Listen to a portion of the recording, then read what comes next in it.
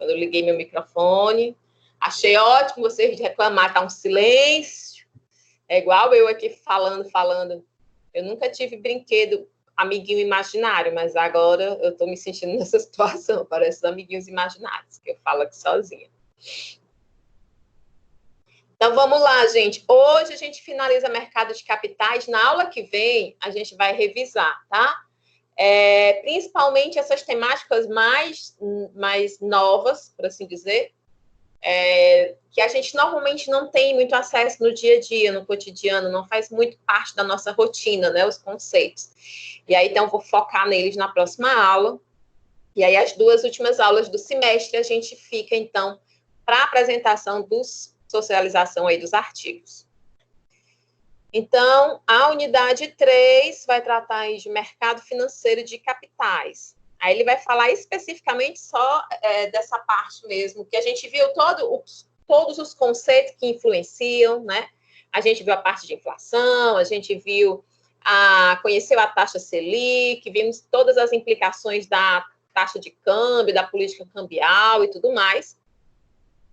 A gente aprendeu um pouquinho, né, sobre sobre o sistema financeiro brasileiro, como é que ele funciona, quais são os órgãos que fazem as normas, que supervisionam e que executam, né, de fato. Aí agora a gente vai ver o mercado financeiro de capitais, essa parte mesmo de investimentos, tá?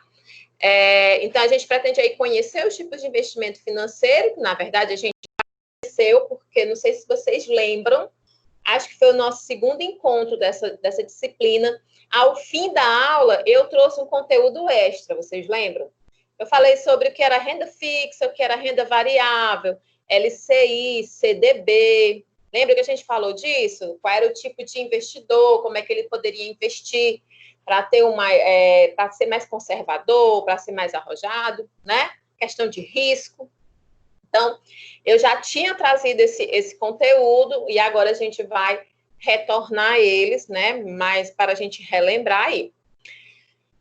Compreender as diversas maneiras de realizar investimentos financeiros, o modelo de precificação de ativos, que é o CAPM, e entender os riscos inerentes às aplicações financeiras e a parte de tributação, né? Porque quando você, então, lucra, você aí tem que pagar os impostos ao governo. Então, como é que acontece a parte de cobrança de impostos? São 3 tópicos que a gente vai ver hoje, né? É bem rápido.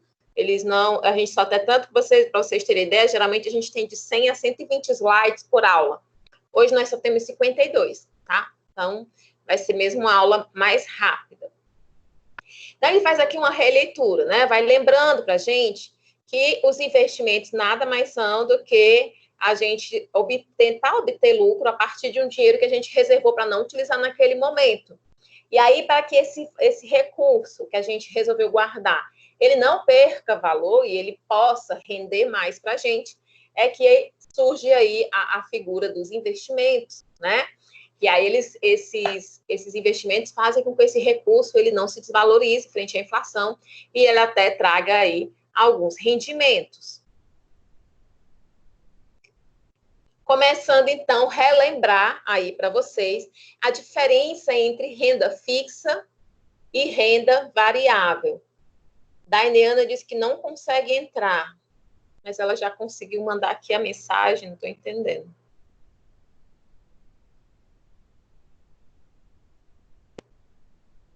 Alguém pode enviar uma mensagem?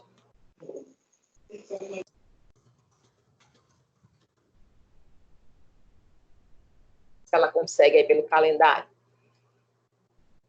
Então, gente, a renda fixa e a renda variável. A renda fixa, ela tem como característica, por ser um investimento, né, mais seguro, em contrapartida, a renda variável, ela oferece mais riscos. A gente sabe que a renda fixa, ela vai oferecer, então, uma rentabilidade menor, enquanto a renda variável, ela vai te oferecer uma possibilidade de rentabilidade maior. Lembrando, quanto maior for o risco que se corre, né, maior, então, a possibilidade de retorno, de rentabilidade. Então, A renda fixa, ela acontece aí com garantias, geralmente quando você faz o investimento, você já sabe quanto, né, o percentual que vai haver aí de juros que você vai receber em cima do recurso investido, enquanto que na renda variável você não obtém essa certeza, você não tem essa garantia de quanto é que será esse retorno, ou se vai ter um retorno, ou talvez uma possibilidade de prejuízo, né? Na renda fixa, geralmente é a maior parcela do portfólio. A gente viu lá que o portfólio, a carteira, né, de investimento, vamos dizer assim, onde estão compilados os dados de todos os seus investimentos, que geralmente eles devem ser variados, né? Você não deve investir tudo em apenas, deve ser diversificado, né? E que geralmente é prudente, né, que dentre essas opções da sua carteira, que a maior parte seja de renda fixa, para que você tenha aquela garantia. E uma parcela desse recurso você aplicar, então, na renda variável, para tentar aí te proporcionar uma rentabilidade maior, mas sem correr tantos riscos. A gente viu que a renda fixa, ela funciona como um empréstimo, né? Você está emprestando recursos a uma empresa ou ao governo, né? Enquanto que a renda variável aí está envolvida com a questão de sociedade, por exemplo. Aí os exemplos, né, de renda fixa, o Tesouro Direto, o CDB, o LCI, enquanto que aqui na renda variável a gente tem as ações, as moedas, né? Então, essas são as principais aí características para vocês terem em mente enquanto se fala em renda fixa e quando se fala em renda variável. O fixa se refere aí ao rendimento, né? É o rendimento fixo, como a poupança. Você coloca e sabe que ela vai render tantos por cento da taxa Selic. Ou quando você faz aí um CDB, você sabe qual será o percentual que vai estar incorrendo aí em cima do investimento que você fez. Enquanto que na renda variável você não tem essa garantia, mas existe uma possibilidade de você ganhar acima do que os valores referentes à renda fixa. E aí é preciso que a gente compreenda bem esses três conceitos, que eles são aí pilar, né? Essa questão dos investimentos, a questão do risco, rentabilidade e liquidez, tá? O risco é a chance de um plano seu sair do esperado, né? Ou seja, aí quando você planeja, né? E algo assim não acontece. Então, qual o risco que eu corro ao investir num produto, numa ação, tá? Então, isso aí está relacionado ao risco. A rentabilidade é quanto aí o valor final que você espera receber porque investiu aquele recurso. Então, quanto ele vai te oferecer de rentabilidade, de valor a mais do valor investido. E a liquidez vai ser a capacidade aí de que esse ativo que você investiu, ele possa ser transformado em dinheiro. Então, quanto tempo, quanto mais rápido você conseguir transformá-lo em dinheiro, em moeda, isso quer dizer que terá uma liquidez maior, tá? Então, esses conceitos, eles estão diretamente aí envolvidos na questão dos investimentos, né? Você tem que analisar os riscos, qual a rentabilidade que você terá e também o prazo. Se você precisa de ter acesso a esse recurso num prazo mais curto, você vai escolher um investimento que tem uma liquidez maior. Já se você dispõe de uma possibilidade de ficar alguns anos até sem acesso a esse recurso, ao retorno desse investimento, então você pode aí optar por um investimento com uma liquidez menor. Com relação ao risco, existem alguns tipos de riscos.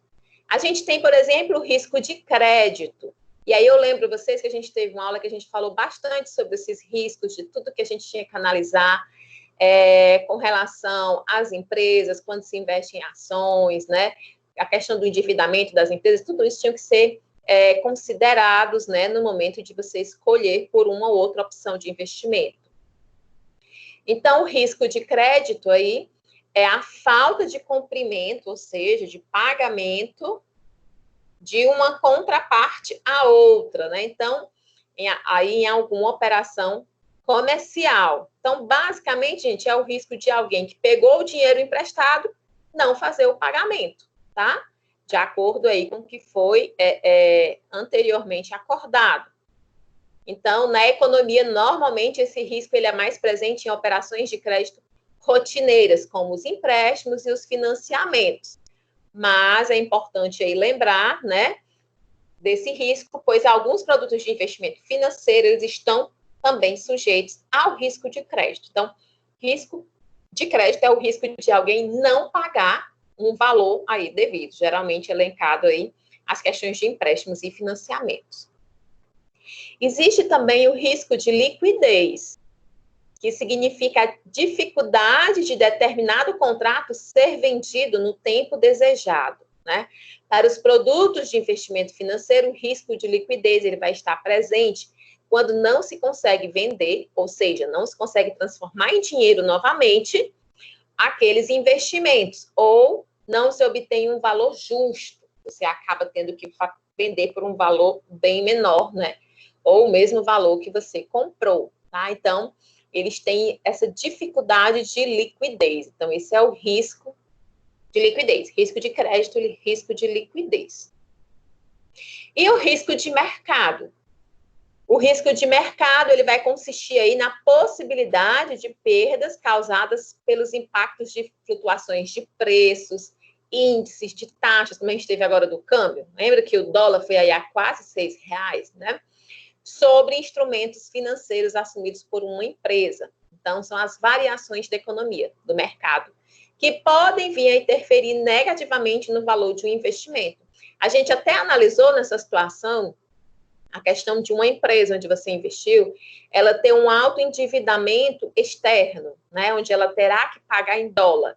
Na situação que o câmbio do dólar disparou, né, estava pagando quase R$6 para comprar $1, isso quer dizer que a empresa teria que despender muito mais recurso para poder pagar a sua dívida em dólar. Então, aí é o risco de mercado. Aí eu apresento novamente, relembro vocês o CDB. Vocês lembram o que era o CDB? O CDB, gente, é de renda fixa e é quando nós emprestamos dinheiro ao banco. Então, o investidor, ele vai lá, empresta o dinheiro ao banco, o seu dinheiro que você resolveu guardar. O banco, por sua vez, ele vai emitir um título chamado CDB, que vai representar aí a dívida com o investidor, quem vai comprar esse CDB, tá? O banco usa o dinheiro, então, captado para fazer aí empréstimos e financiamentos. Então, eu vou lá, entrego meu dinheiro, recebo esse CDB, quer dizer o quê? Que aquele banco tem uma dívida comigo, tá? E aí, no vencimento, né, o investidor, ele vai lá e recebe o dinheiro de volta, acrescido aí dos juros, né, do que foi que teve de rendimento. Então, esse é o CDB, né, de uma forma bem resumida. Mas, além do CDB, a gente também existe, por exemplo, o LCI, tá, que também é um investimento de renda fixa, que significa letra de câmbio imobiliário. Eu quero que vocês foquem bem no I, porque além do LCI, existe também o LCA, que a gente vai conhecer em seguida. Como é que é o fluxo do LCI? Você, investidor, vai novamente emprestar dinheiro ao banco. Esse banco, com esse dinheiro, ele vai expandir a sua linha de crédito destinada às questões ao mercado imobiliário, tá bom? Ele vai direcionado para o mercado imobiliário. Aí as pessoas vão recorrer ao banco para solicitar crédito e financiar a casa própria, e aí o banco vai fazer isso a partir do recurso que ele recebeu do LCI, a partir de troca aí de títulos com você que foi lá investir, certo? Com isso, então, gente, os empréstimos, eles são pagos ao longo do tempo e você vai receber o seu dinheiro de volta ao final do prazo que foi estabelecido, quando você foi fazer o investimento, por quanto tempo você ia deixar, e aí você vai receber o seu recurso de volta acrescido dos juros. Então, veja que o CDB você empresta ao banco e o banco vai emprestar a outras pessoas. O LCI é a mesma coisa, só que é direcionado para a linha de crédito imobiliário. Por isso, chama letra de crédito imobiliário. Bom?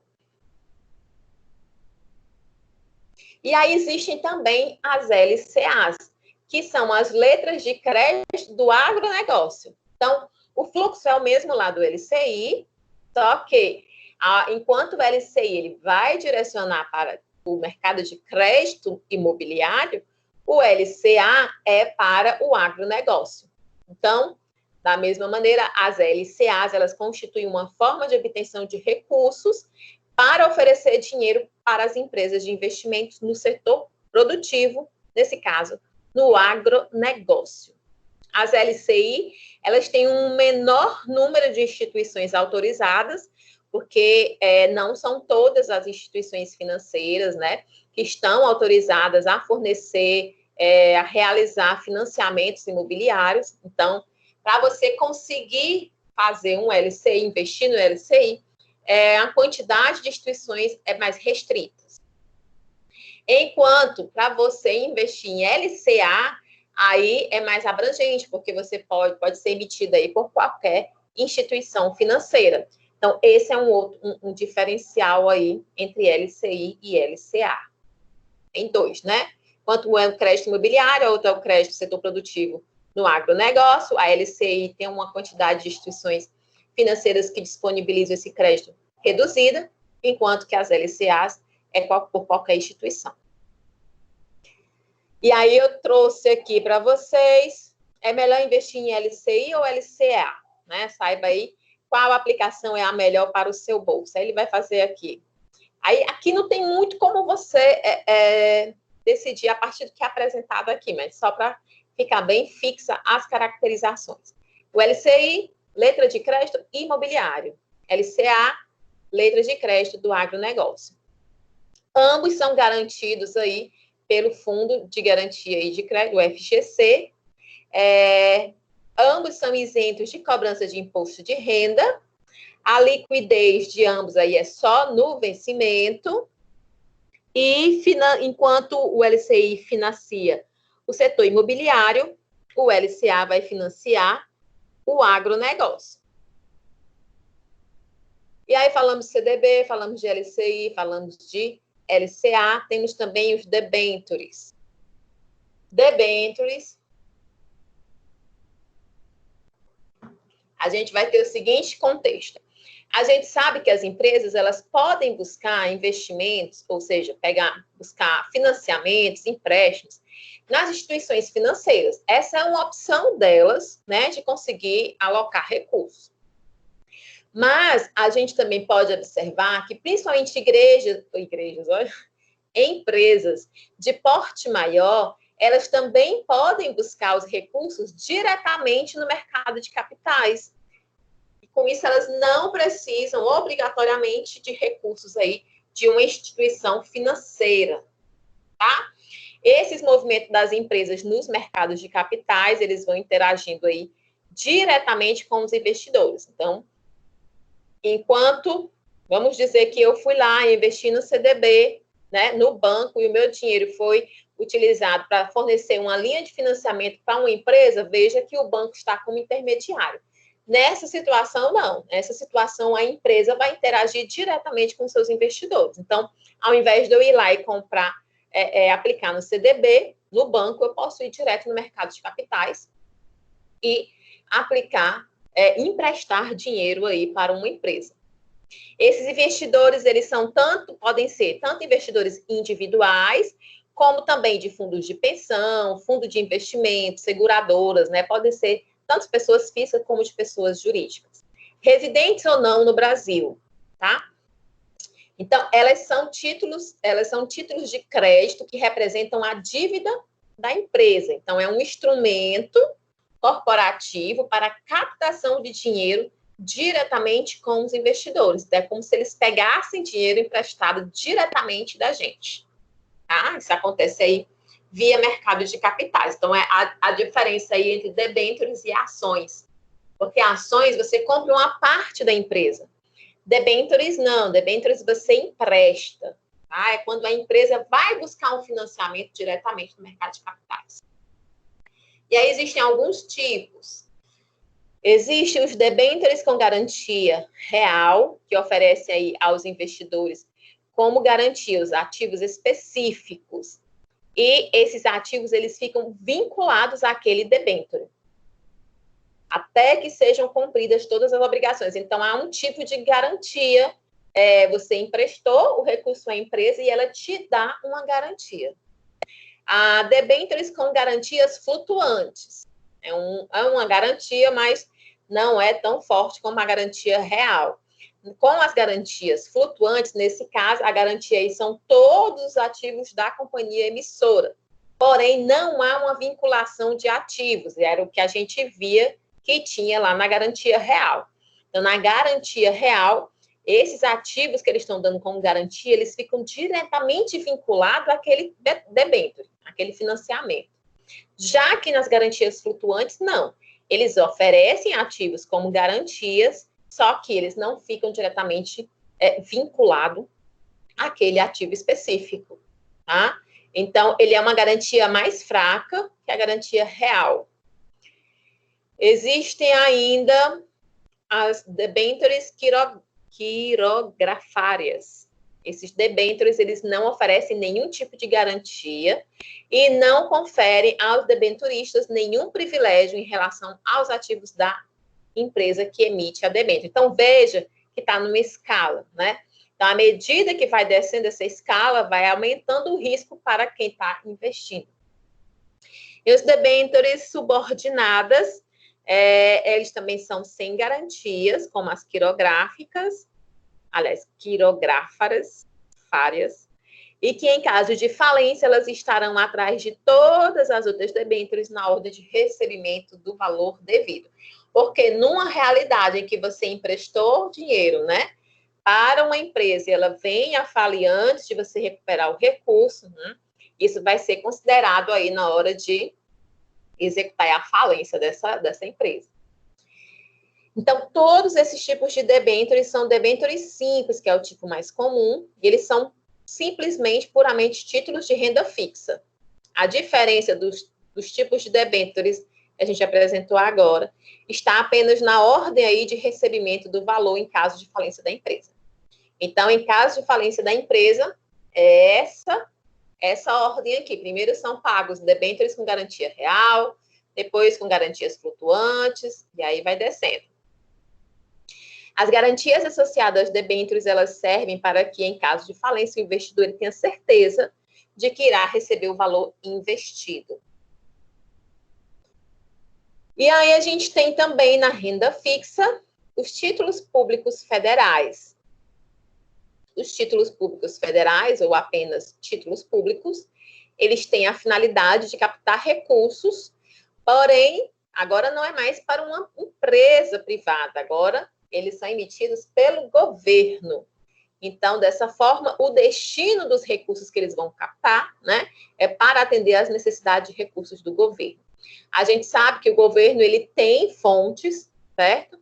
Eles recebem recursos financeiros quando nós pagamos os impostos, nossas taxas, fazendo nossas contribuições, tá?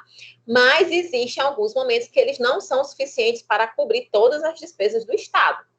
Então, nesse momento, eles vão até o mercado também buscar recursos. E aí, eles fazem isso a partir da emissão de títulos públicos. São 5 tipos de títulos negociados hoje pelo Tesouro Nacional. 2 deles são pré-fixados e 3 pós-fixados. A gente tem o Tesouro Pré-fixado LTN, Tesouro Pré-fixado com juros semestrais, que é o NTNF. Temos o Tesouro Selic, Tesouro IPCA com juros semestrais, que é o NTNB, e Tesouro IPCA mais o NTNB principal. A gente vai ver aqui as características deles. O Tesouro Pré-fixado, o LTN, né, o rendimento dele é uma taxa contratada que já foi pré-fixada na hora que você contratou, E a remuneração dele acontece no vencimento, quando você escolheu lá qual era, optou por uma opção lá de vencimento, você então vai receber a remuneração desse rendimento lá nesse vencimento.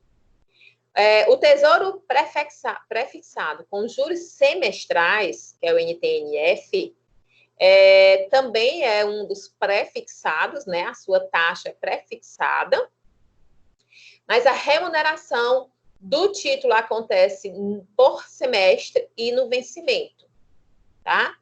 E aí os outros são pós-fixados. A gente tem os pós-fixados como indexados aí à inflação e os outros à taxa Selic.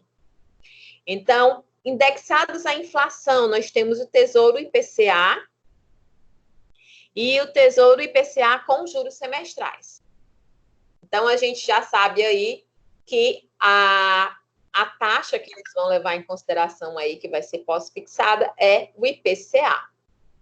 Enquanto você só recebe a remuneração no vencimento, no outro você vai receber semestral e no vencimento. E o Tesouro Selic, ele é pós-fixado e a taxa aí é a Selic, né? E você vai receber a remuneração do título somente no vencimento. Lá no livro, eles trazem alguns exemplozinhos, então depois vocês podem aprofundar a leitura, tá? Por lá. Ainda sobre os títulos públicos federais, né? Dos investimentos que a gente viu até agora, certamente esses são os mais simples. E é importante salientar também que esses títulos, eles podem ser liquidados antecipadamente, ou seja, antes da data do vencimento, mas a sua remuneração será inferior à contratada. É óbvio, né? Você comprou para ficar por um ano e resolveu vender com 6 meses, você não vai receber o mesmo. Produto de rendas variáveis, as ações. Um dos principais instrumentos da renda variável são as ações. Então, as ações, elas são pequenas partes do capital social de uma empresa. Então, ele pega uma empresa e divide em pequenas ações e disponibiliza no mercado de capitais, tá? Mas as ações, elas não são partes de qualquer empresa. E a gente estudou isso lá em direito tributário, né? Tem que ser aí empresas que possuem como características de capital aberto, que são as sociedades anônimas. Não é todo tipo de empresa que pode aí dizer que vai vender ações. A gente já falou isso em 2 aulas. Por representarem pequenas partes da empresa, as ações, elas fazem com que você, quando investe, você torne-se dono da empresa. De uma pequena parte ou de uma grande parte, vai depender de quanto você vai adquirir de ações. Mas, quando, ao contrário do debênture, que você empresta como um financiamento à empresa, aqui você compra uma parte dela. Então, você se torna aí participante da sociedade. As ações, elas figuram, então, como um capital próprio, que vai lá na composição do capital da empresa, tá? E visto também que quando o investidor ele compra as ações, ele não está emprestando dinheiro para a empresa, tá, gente? Em troca de juros. Não é isso. Ele está comprando essa parte da empresa porque eles acreditam que aquela empresa ela vai prosperar, ela vai aumentar o seu valor, né? E dessa forma que você vai obter aí rendimentos em cima do valor que você investiu.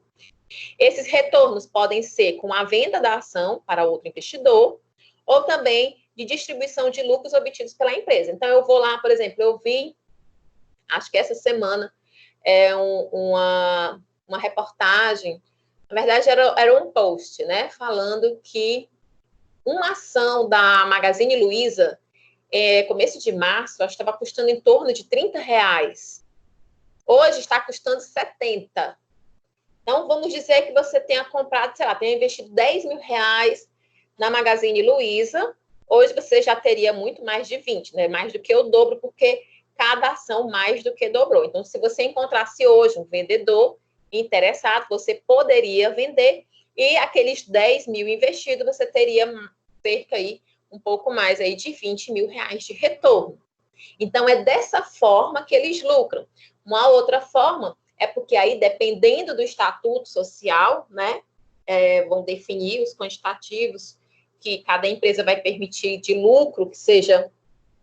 Porque a outra forma é a partir dos lucros. Então, se eu acredito em investir na Magazine Luiza, e a Magazine Luiza obteve maiores lucros naquele período, e esses lucros eles serão rateados com seus sócios. E aí vai depender, a quantidade vai depender lá do Estatuto Social, e você vai ter que analisar essas coisas, né, quando for investir.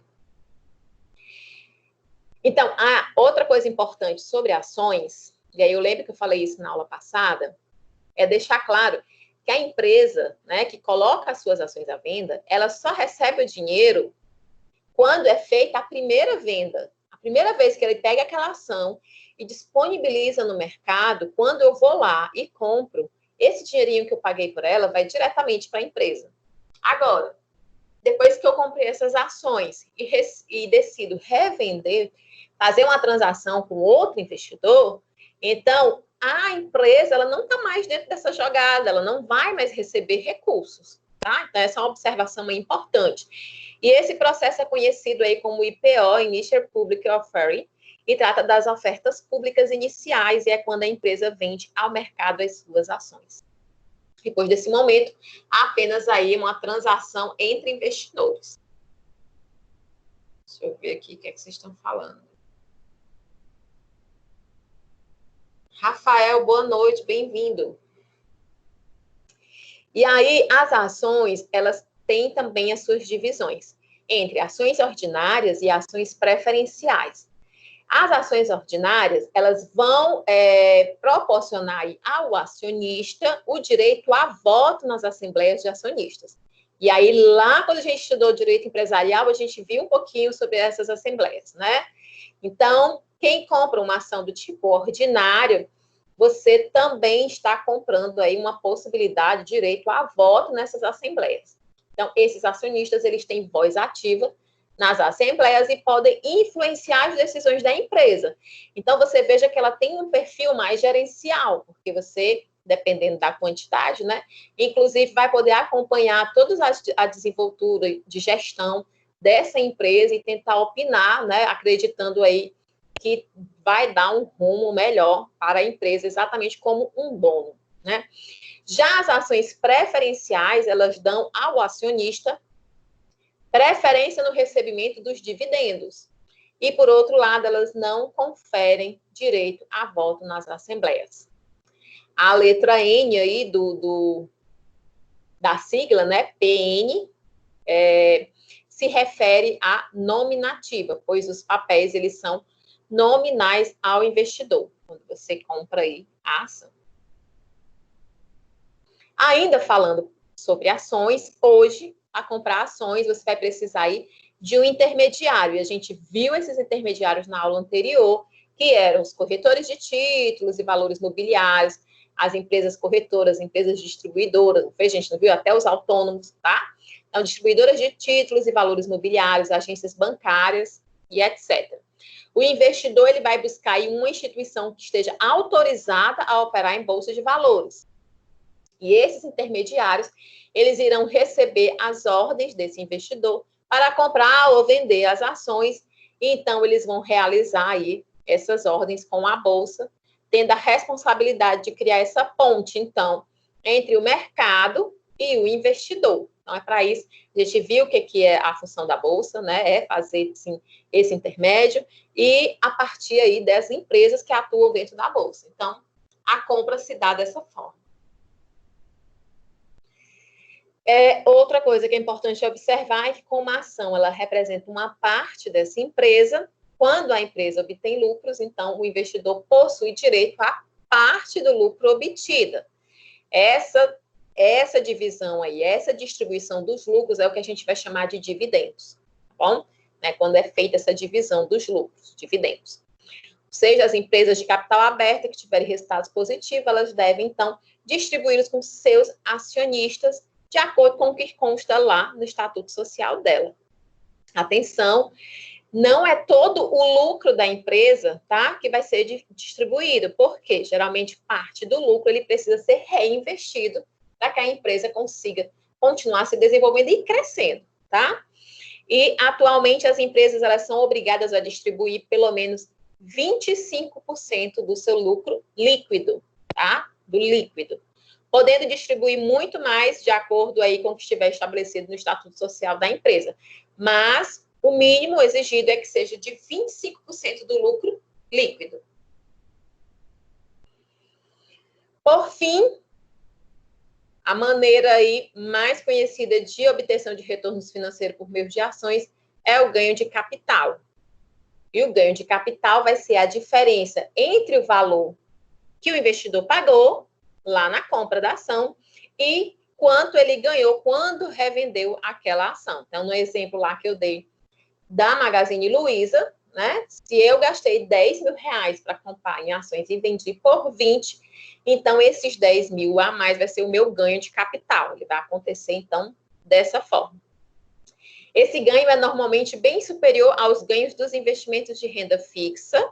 Veja, você entre CDB, LCI, nenhum deles vai te dar esse retorno, por exemplo, do exemplo aqui, de uma ação que dobrou de preço de valor em 3 meses, 4 meses, né?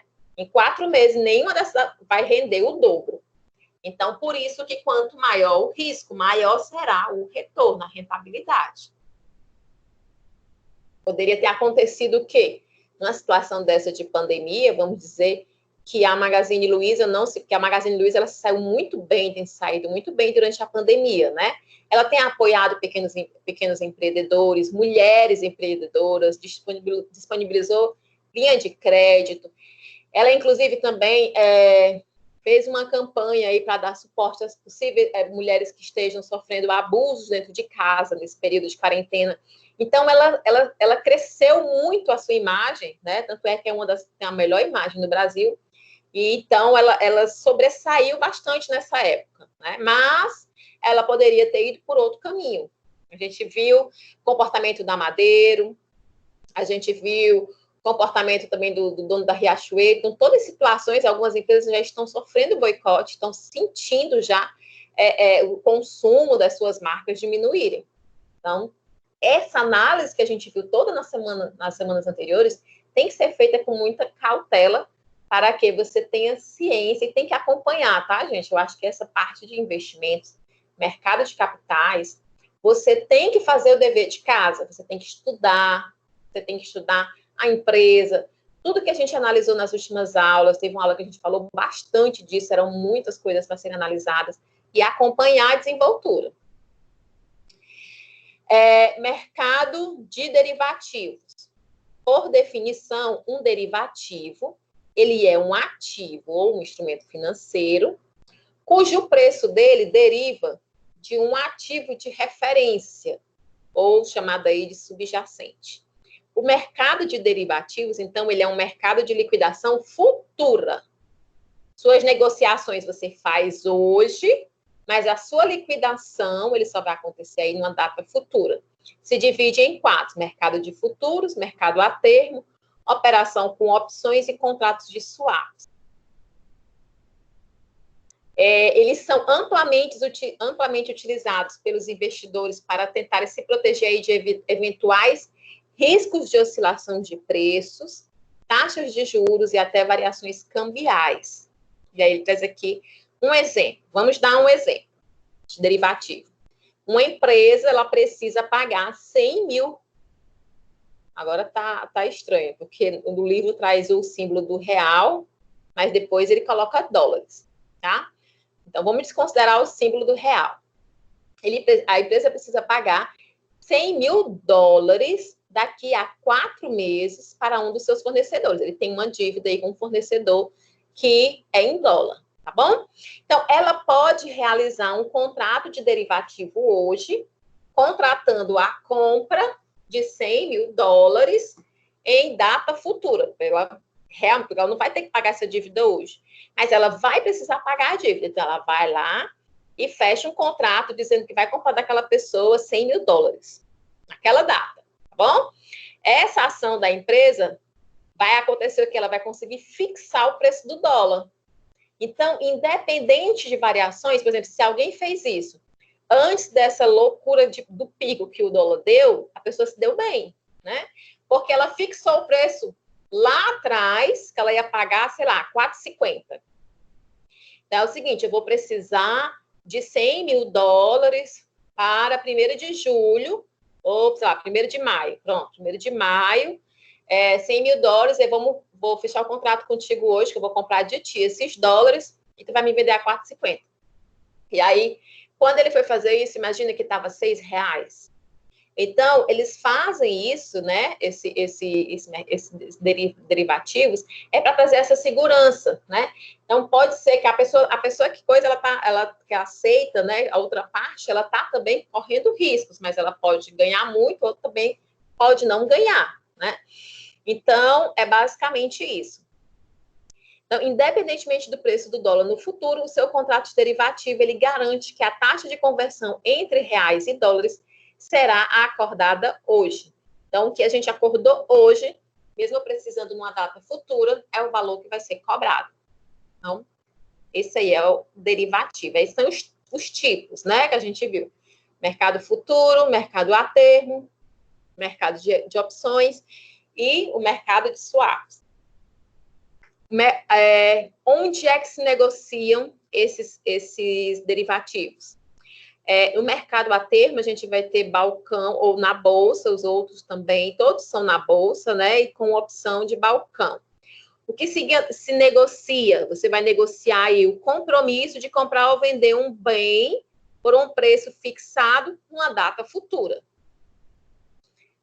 Já no mercado de swaps, tem ainda aí o compromisso de troca de um bem por outro, então trocam-se fluxos financeiros. Isso aqui não tem no livro, tá, gente? Eu trouxe de fora. Então, as posições, né, enquanto no mercado de termo aí tem uma ausência de intercambialidade, tem uns nomes, intercambialidade, né, em todos eles, com exceção do mercado de swap, onde aí tem ausência, né, da intercambialidade. Então, isso é o mercado de derivativos. Então, aqui, gente, com isso a gente fecha, tá, essa parte de produtos de investimento financeiro. A gente viu renda fixa, a gente viu renda variável, a gente viu as características de cada um dos produtos desses, né? Da renda fixa, da renda variável, vimos as ações, os derivativos, CDB, LCI, LCA, os títulos dos títulos públicos, tá? Agora a gente vai ver, a gente está no tópico 2, precificação de ativos, tá? É o CAPM, Capital Asset Pricing Model. É um modelo de precificação de ativos. Então, no mercado de capitais e nas finanças, um dos aspectos mais importantes quanto aos investimentos é você conseguir mensurar, né, a mensuração dos componentes básicos de avaliação dos ativos. Ou seja, você vai considerar aí o risco e o retorno. Qual é o risco e a possibilidade de retorno, tá? Para tanto, é amplamente utilizado esse modelo aí, o CAPM. Ele oferece conceitos válidos e aceitos para a estimativa do custo de oportunidade. Então, lembra que vocês aprenderam em economia no semestre passado sobre custo de oportunidade, né? Quando você faz uma escolha, você paga por uma escolha que você não fez. Então, quando a gente escolhe estar aqui agora assistindo aula, né? O nosso preço é, por exemplo, não estar podendo assistir uma série de televisão. Tá? Então, isso é um custo de oportunidade. Então, eu abro mão de assistir a uma série para me capacitar. Esse modelo foi desenvolvido aí por William Sharp e é considerado, teoricamente, uma das melhores alternativas para se apurar a taxa de retorno requerida pelos investidores. Quando você analisar a taxa de retorno de um investimento, qual é? Ele é baseado na ideia de que o investidor ele quer ter de retorno uma remuneração que se assemelha aí a um baixo risco, conhecida, nossa, que a gente já viu, como taxa mínima de atratividade, TMA, desse investimento. E além dessa taxa, ele deseja ainda, né, o investidor, ele ainda deseja receber um prêmio, uma taxa que seja além desse TMA, pelo risco, né, da aplicação. Imagine só que eu estou investindo 5 mil reais a uma taxa de 6% ao ano na poupança. E aí, para investir numa ação, que é uma renda de renda variável, ele me oferece, pelos 5 mil reais investidos, a mesma taxa anual. Só que o risco é maior lá. E aí você vai analisar, para você, vale a pena você deixar de estar investindo aqui, vai ter o mesmo retorno ali, só que com mais riscos? Não vale a pena, né? Então, o que ele está dizendo aqui é isso, que esse modelo, ele vai considerar aí essa taxa mínima de atratividade, mais um prêmio, um extra aí, pelo risco que ele está assumindo. E aí existe uma fórmula matemática para isso. É toda a vida que eu vejo o pessoal fazer uma fórmula matemática para as coisas, me dá agonia. A gente aí que veio da realidade matemática financeira, oh, coisa chata. Mas não quero desestimular aqui vocês. Então, eles têm uma fórmula, de R, aí, que é a remuneração esperada para aquela ação ou os recursos lá do próprio projeto, vai ser igual ao RF, que é a taxa livre de risco, risk-free, mais beta, que multiplica aí o retorno esperado para o mercado, menos, novamente, a taxa livre de risco. Como o RF, que é essa taxa livre de risco, né? Ela é comum a gente considerar aí o retorno de um título do governo, pois o seu risco ele é teoricamente menor do mercado. Então, a gente leva em consideração essa taxa, a taxa do retorno de um título do governo, para ser a taxa livre de risco.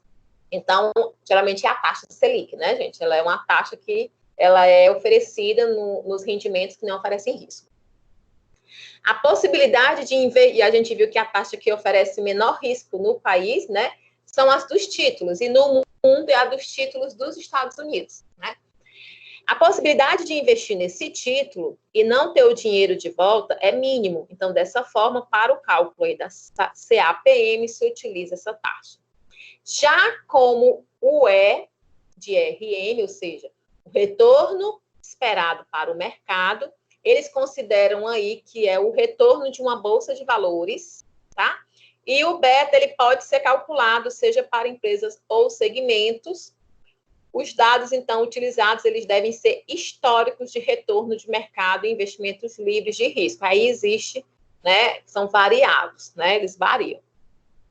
Então, se a gente considerar aí, ó, 8% ao ano com uma taxa mínima de atratividade, TMA, e um retorno de mercado, ou seja, o E de RM, né, numa taxa aí de 12% ao ano, e se a gente tiver um beta de 1,5, a gente consegue colocar dentro dessa formulazinha e a gente vai ter, então, um indicativo aí de 14% ao ano. Veja, a taxa que ele tinha lá de TMA era de 8% ao ano. Então, para esse investimento, ele teria aí um retorno de 14%, né? 6% a mais do que aquela taxa mínima de atratividade. Então, a pessoa vai analisar se ela está disposta por essa taxa a correr o risco de fazer esse investimento. Uma coisa interessante em relação ao índice beta. O índice beta 0, ele indica aí que o segmento ele é estável. Se o índice for 1, indica que o segmento ele tem um retorno que vai acompanhar aí a média da bolsa. Vamos dizer, se a bolsa aumenta em 1, ele aumenta em 1 também. Setores mais dinâmicos, eles terão aí um beta maior que 1, representando também, com isso, maiores riscos. Então, 0, o segmento ele é estável, então uma empresa aí já estável. O 1, ele vai variar de acordo com a variação da bolsa. E os setores que oferecem um beta maior que 1, eles vão ter maiores variações e por isso também eles oferecem maiores riscos. Lembrando que quanto maior o risco, maior a rentabilidade, a possibilidade de rentabilidade. Outro fator importante é a própria aversão ao risco do próprio investidor, tá?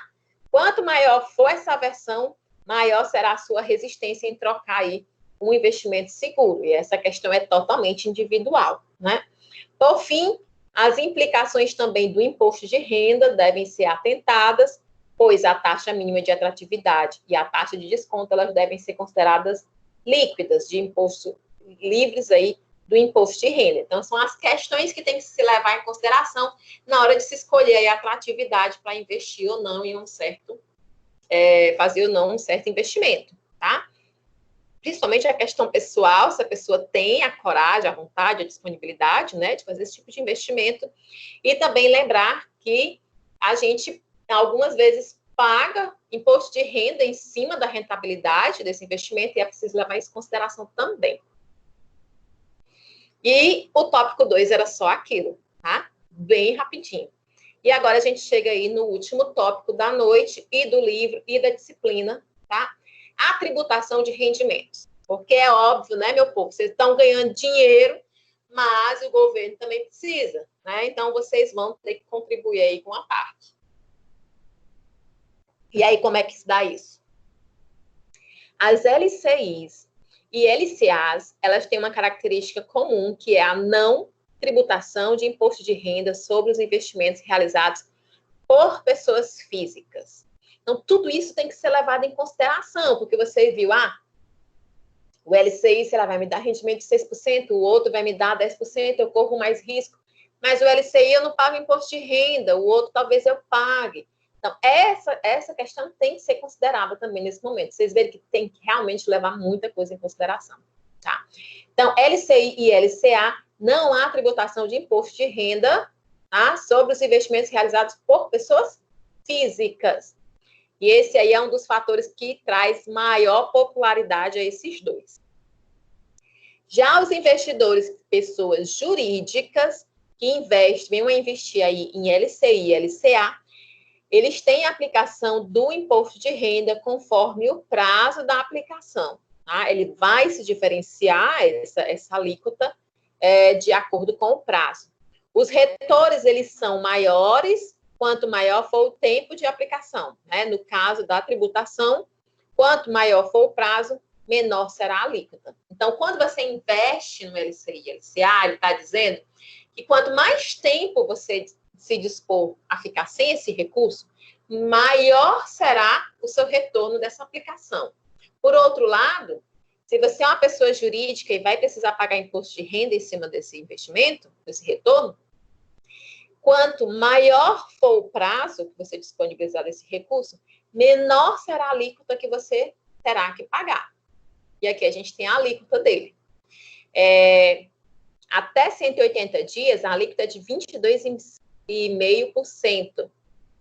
Entre 181 dias e 360, e quase um ano, né?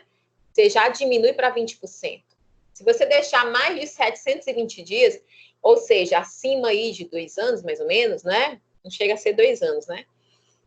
Você terá a alíquota reduzida aí a 15%, que é o máximo ali que ela diminui, ou seja, é a menor taxa que você vai poder pagar, tá? Então, a base para o cálculo do imposto é a renda oferida com a aplicação, ou seja, vai ser a diferença do valor pago pelo investimento. É o que você vai receber a mais. Se você investiu 10 mil e recebeu 12 mil, você vai pagar somente em cima dos 2 mil, tá? E outra coisa, a responsabilidade pelo recolhimento desse imposto fica a cargo aí da instituição que emitiu o título, então você já recebe esse recurso com a diferença já retirado o imposto, né? Ele é retido na fonte. Você não vai precisar ter que imprimir boleto nem nada disso. Já os CDBs, né, diferentemente aí das LCI e LCAs, elas não têm alíquota zero para investidores de pessoa física. O seu rendimento bruto, ele é tributado de acordo com o tempo de aplicação, é a mesma lógica lá para as pessoas jurídicas do LCI e do LCA, tá? E que pode ser diferente do vencimento contratado do título, pois, como a gente viu, o CDB, a gente consegue resgatar ele antecipadamente, né? As responsabilidades do recolhimento também é do emissor do título, tá? Então, também é retido já na fonte. E como as LCIs e as LCAs, o imposto é recolhido sobre a renda da aplicação. E aí ele traz aqui novamente a tabelinha para vocês saberem as alíquotas. É a mesma alíquota do outro. Até 180 dias é 22,5%. Acima de 720 dias, a gente vai ter a alíquota de 15%. A diferença aqui é que tanto pessoa jurídica como pessoa física, eles pagam. Lá no LCI, no LCA, as pessoas físicas não pagam. Além do imposto de renda, os investidores, eles podem ter outras taxações ao optarem aí por resgatar o título nos 30 primeiros dias, né? Aí com relação ao CDB, tá, gente? Então, você investiu no CDB e resolveu ou precisou, né, recolher esse valor antecipadamente ao acordado. A gente viu que é possível. Então, nesse caso, você não vai pagar ali o imposto de renda. Aliás, você paga o imposto de renda, mas também paga o IOF. Tá? Então, para investimentos resgatados aí a partir de 30 dias, o IOF é zero e o investidor paga apenas o imposto de renda, né? Já durante os 30 dias, a cobrança do IOF ela vai ser regressiva conforme o número de dias transcorridos. A gente vai ver aqui, ó, por exemplo. Se transcorreram 2 dias, né? A alíquota vai ser de 93%. E aí ela vai diminuindo até que ela zera lá no 30º dia. A última linhazinha aqui da última coluna à direita, né? No dia 30, a alíquota chega a zero. Então, ela vai regredindo. No primeiro dia, ela já começa com 96%. Aí, depois, ela vai diminuindo. Isso, gente, não é 96% do valor, é 96% da taxa de IOF, tá bom? Se a taxa a gente viu o IOF quando estava estudando matemática financeira, acho que era 1,7%, vocês lembram? Era 0,18%, coisa assim. Então, é 96% daquela alíquota, tá? Depois baixa para 93% daquela alíquota e assim vai. E a alíquota de imposto de renda sobre os debêntures? Elas também se assemelham com as outras, né? As outras duas que a gente já viu. Ela diminui quanto maior for o prazo, né? Então, a gente vai ter um recolhimento de imposto de renda em até 180 dias de 22,5% e acima de 720 dias, 15%. As debêntures incentivadas, elas têm um tratamento diferente em relação ao imposto de renda. Para investidores de pessoas físicas não residentes no Brasil, elas têm alíquota zero sobre os rendimentos. E para pessoa jurídica, ela é aplicada a alíquota de 15%. Por fim, né, dos instrumentos de renda fixa, os títulos públicos, eles têm a incidência de imposto de renda bastante semelhante às demais, não contam aí com isenção, e o imposto ele é aplicado sobre os rendimentos, conforme essa tabela aqui também. Para investimentos com pagamentos periódicos de juros, a alíquota ela é aplicada de forma semelhante à das debêntures, né? Se o primeiro pagamento ocorrer entre 180 dias, a alíquota é uma, se ocorrer entre 181 e 360 é outra, né? De acordo com o que a gente viu com a tabela anterior. Aqui também o recolhimento ele acontece na fonte e a responsabilidade é da fonte pagadora, ou seja, do emissor do título. Então, você já recebe o valor excluído o quantitativo ali que você teve que deixar de imposto de renda. Então, aí as alíquotas vocês veem que são sempre as mesmas, né? De forma semelhante ao que acontece lá no CDB, né? Quando você investe em títulos e recolhe antes dos 30 dias, você também está sujeito aí ao pagamento do IOF. Veja que ele também é regressivo, do mesmo jeito lá dos CDBs, né? Você recolher no segundo dia, você vai pagar 93% do IOF até zerar no 30º dia. E sobre as ações, né? É importante, então, salientar aí que o fato gerador do imposto não é o fato de você ter dinheiro aplicado nas ações, mas sim o que você vai ganhar com esse dinheiro aplicado, ou seja, aí, a venda das ações. Quer dizer, então, que as alíquotas só serão aplicadas no momento em que existirem esses ganhos. E a alíquota aplicada aos ganhos oferidos com as ações é de 15% sobre o ganho líquido. Então, você vai pagar aí 15% sobre o ganho líquido que você teve. Outra característica dos impostos sobre as ações é que, para investidores pessoa física, há isenção de imposto de renda para ganhos que fiquem inferiores a R$20 mil. Importante salientar que esse valor ele não é por operação, tá? É o valor total de toda a movimentação financeira por aquela pessoa. Se você tiver várias ações de várias empresas, eles vão analisar o todo, a movimentação de todo, tá? De todas as operações. Caso o valor for superior a esses R$20 mil, vai ser aplicada, então, uma alíquota de 15% sobre o total de movimentação. E aqui, gente, a grande diferença é que o recolhimento do imposto, ele não vai ser retido lá na fonte. Ele é de responsabilidade do investidor. Então, você, tá? Vai ser o responsável por calcular o imposto devido e vai realizar o pagamento aí por meio de um documento de arrecadação de receitas federais, conhecidos como DARF. É tipo um boletinho, tá? Você vai ter que pagar. Então, essa aí eu acho que é a grande diferença. Os dividendos, eles estão isentos. Lembra da diferença aí dos dividendos? Que a gente está falando agora era ganho de capital. Ganho de capital, eu compro a ação, revendo a ação, ganho em cima disso, tá? Aqui agora a gente vai falar de dividendos. Os dividendos são a distribuição dos lucros da empresa que você contém aí, dispõe de ações. Então, os dividendos, eles estão isentos de imposto de renda, porque como eles são pagos a partir do lucro líquido de uma empresa, já houve incidência do imposto de renda nesse valor. Então, a empresa, quando ela calculou lá as suas despesas, as suas receitas, ela identificou o seu lucro bruto. Depois, ela tirou, né, o que ainda tinha lá de despesas e ficou o lucro líquido. Ela tirou os impostos, aí ficou, pronto, isso aqui realmente é o que é da empresa, não tem mais nada a tirar daqui. Então, desse montante, a gente vai dividir uma parte com os acionistas.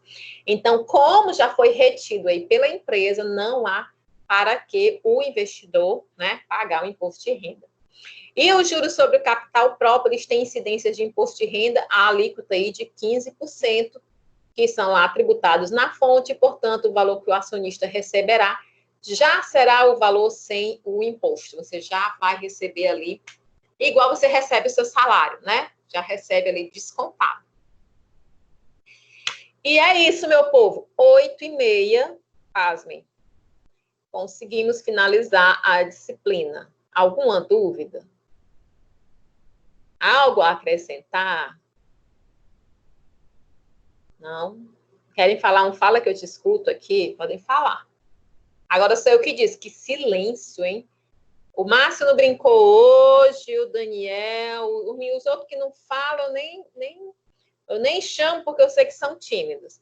Então, gente, fica acordado o seguinte, semana que vem já seria o primeiro encontro disponibilizado para as aulas, para a apresentação dos artigos, né? Então, a fim de dar mais tempo para vocês, então, na semana que vem não haverá apresentação de artigos, mas eu vou fazer uma revisão dessa disciplina. Eu sei que tem gente que me falou que estava com dificuldade na disciplina, tá? Então, vou trazer aí os pontos. Quem quiser mandar aí, eu estou com muita dúvida nesse ponto, aí já me manda, que eu incluo aí para intensificar aí durante a revisão. Então, semana que vem, revisão, e na outra semana começam as apresentações, tá bom? Lembrando que o nosso semestre, né, como eu falei aqui, quem não estava ainda no começo da aula, está previsto para iniciar no dia 17 de agosto, tá? Acredito que nós já estaremos aí no presencial, né? Vamos torcer, caso continuarem retrocedendo, né? É no Polo Novo, doutor? É para construção. Eu acho que ainda não. Passei lá em frente esses dias, né? Durante a pandemia, acabou que diminuiu um pouco o ritmo, continuou em obra, mas diminuiu um pouco. Não, eu acho que talvez, não sei, né? Porque ainda falta o quê? Hoje são 25/6, falta praticamente 2 meses, né? Pode ser. Não sei te garantir, tá, Genilson? Tu sabe como é obra, né, meu povo? Professor, sei. a aula, não. O pessoal coloca um